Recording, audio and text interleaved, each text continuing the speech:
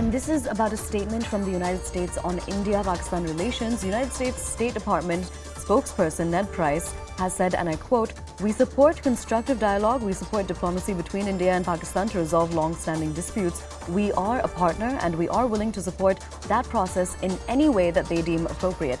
But ultimately, these are decisions that India and Pakistan themselves are going to have to make. It is not for the United States to determine the modalities for the way in which India and Pakistan engage one another." We will listen into that statement, then we'll head over back to our foreign affairs correspondent. We support constructive dialogue. We support diplomacy between India and Pakistan to resolve, again, another set of long-standing disputes. We are a partner. We are willing to support that process in any way that they deem appropriate. But ultimately, these are decisions that India and Pakistan themselves are going to have to make. Ultimately, it is not for the United States to determine the modalities or the way in which India and Pakistan engage one another. What we support is constructive dialogue, meaningful diplomacy between India and Pakistan in the first instance to resolve long-standing conflicts.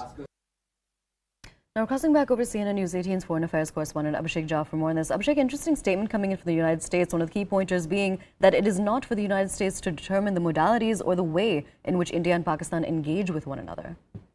So clearly, Aisha, this is a reflection of the United States' long-standing, state of affairs when it comes to India-Pakistan ties, where they have always maintained that the decision to engage and decision to have dialogue between the two countries will be decided by the leaders or the two countries itself, and United States may help them in whatever way they would like United States to be intervened. So clearly, U.S. is not willing to intervene or mediate between the two sides, and it has time and again repeated its call.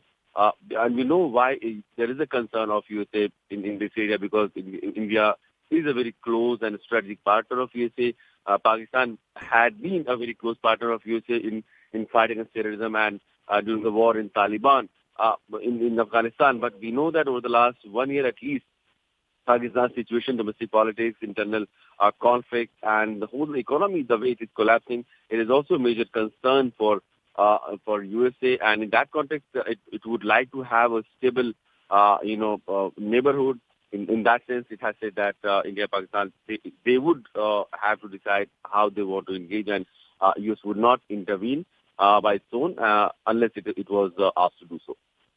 Absolutely. Now, a few follow-up questions for you about this. Now, this seems to be the United States' own balancing act when it comes to India and Pakistan. Would you be able to go over a little more detail about the relationship that Pakistan and the United States share?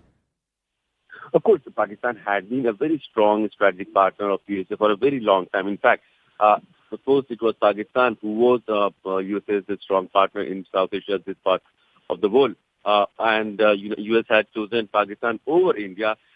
And in fact, we have seen a lot of, Afghan war.